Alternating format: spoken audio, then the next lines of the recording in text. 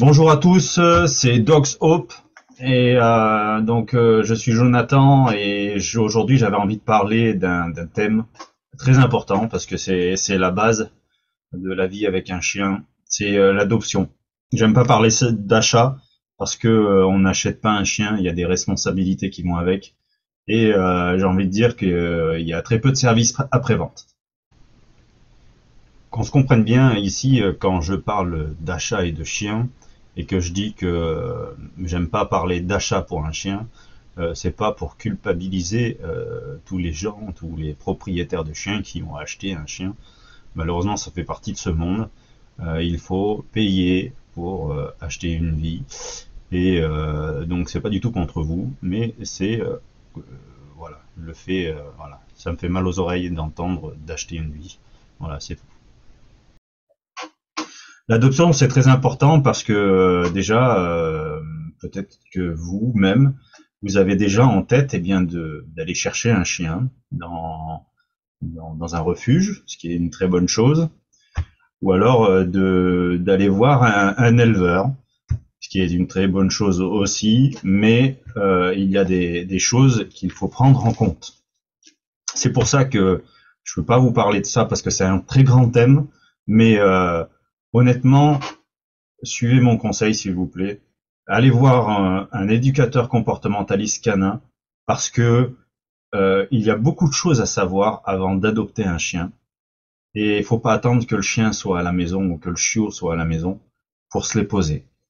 Et un éducateur comportementaliste canin est là aussi pour vous aider, pour vous orienter, pour vous conseiller avant l'adoption. Comment faire un choix? On a peut-être une race déjà en tête, on a peut-être des choses que l'on veut faire avec lui et qu'on a en tête. Et des fois, eh bien, il peut se passer une désillusion. Une désillusion parce que le chien arrive à la maison, on peut rencontrer quelques problèmes qui vont pouvoir se résoudre rapidement, mais surtout, notre façon de voir les choses en avance, eh bien, peut être décevante. C'est-à-dire qu'on pensait faire des choses avec notre chien, par exemple, quelqu'un qui est sportif va peut-être penser à faire du canicross, à faire de l'agility, à faire plein de choses avec lui de façon sportive. Et en fait, ce chien, eh bien, c'est pas son truc à lui, et il n'a pas le tempérament qu'il faut. Et là, il y a une désillusion qui se fait. Et ça, on peut l'avoir sur plein de domaines différents. Et ça, je voulais en parler parce que on peut être déçu. On peut être déçu de l'adoption qu'on a fait au départ. Mais le, mon point de vue à moi, justement, et je l'ai vu d'ailleurs en pratiquant sur certaines séances, eh bien, c'est que on arrive à redonner le sourire à des maîtres qui étaient déçus, des maîtres qui étaient fatigués du comportement de leur chien. Et après une séance, après plusieurs séances, on arrive à leur redonner le sourire parce que on leur montre qu'il y a des choses à faire. C'est peut-être pas ce qu'on avait pensé au départ, mais il y a des choses à faire avec un chien. Il y a des différentes activités qu'on peut faire avec lui et les gens se rendent compte rapidement qu'un chien n'est pas imbécile. Un chien, c'est une vie et il est capable de réfléchir. Il est capable de proposer des choses de lui-même. Il est capable de faire certaines activités auxquelles on pensait même pas. Et c'est très important de trouver des activités à faire avec notre chien pour prendre du plaisir et pour que le lien que l'on ait avec lui soit vraiment un lien qui soit fort. Et ça, c'est très important. Je vois beaucoup de chiens, malheureusement, que j'appelle ça les chiens gamelle portail. Ils sont là pour faire la garde. En fait, des fois, faut être conscient que un chien euh, n'a pas forcément envie de prendre la prérogative de monter la garde. Un chien, c'est un animal qui est social et il a plutôt envie d'avoir des interactions avec des humains, des bonnes interactions avec des humains, que de monter une garde. Mais malheureusement, c'est comme ça, les choses évoluent petit à petit, et j'espère en tout cas que on ouvrira les yeux à beaucoup de maîtres et que les choses changeront par rapport à la vie des chiens. Alors, je voulais faire cette vidéo. Donc pensez à ça, la désillusion par rapport à l'adoption d'un chien ou d'un chiot, eh bien, ça peut arriver, mais on peut retrouver le sourire, on peut retrouver l'envie de pouvoir passer du temps avec notre chien et de voir en notre chien, eh bien, quelque chose d'intéressant, une amitié, une liaison particulière avec lui qui nous permet, eh bien, d'avoir vraiment une relation étroite, une relation vraiment complice.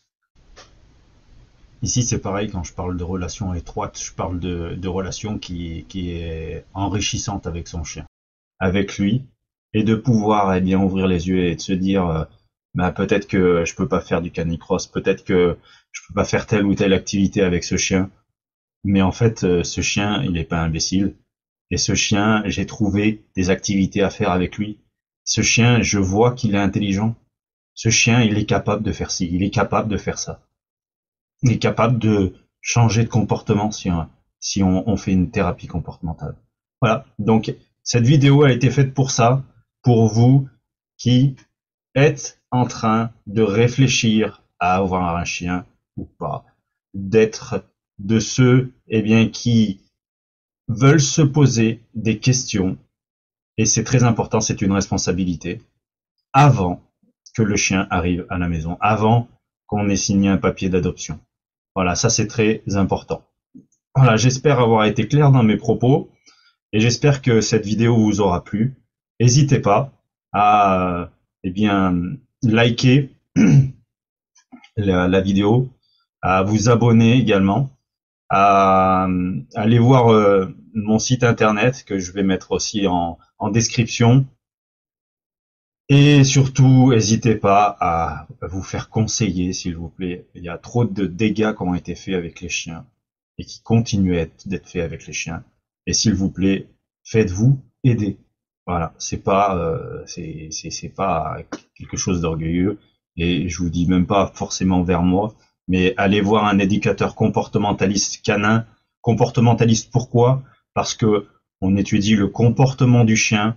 On a appris l'éthologie, comment un chien réagit, comment voir dans la posture du chien, eh bien, ses propres sentiments, ses peurs, ses craintes, ses joies, et comment arriver à avoir vraiment une relation étroite avec son chien, une relation complice. Voilà. Donc, je vous dis à très bientôt, et surtout, eh bien, informez-vous auprès d'éducateurs, et suivez-moi, s'il vous plaît. Abonnez-vous, mettez un like, partagez les vidéos, partagez mon site internet, partagez ma chaîne YouTube, et on vous se fera rapidement d'autres vidéos qui seront intéressantes pour vous, je pense. Voilà, je vous dis à tout le monde, eh bien, bonne fin de journée et à très bientôt. Au revoir.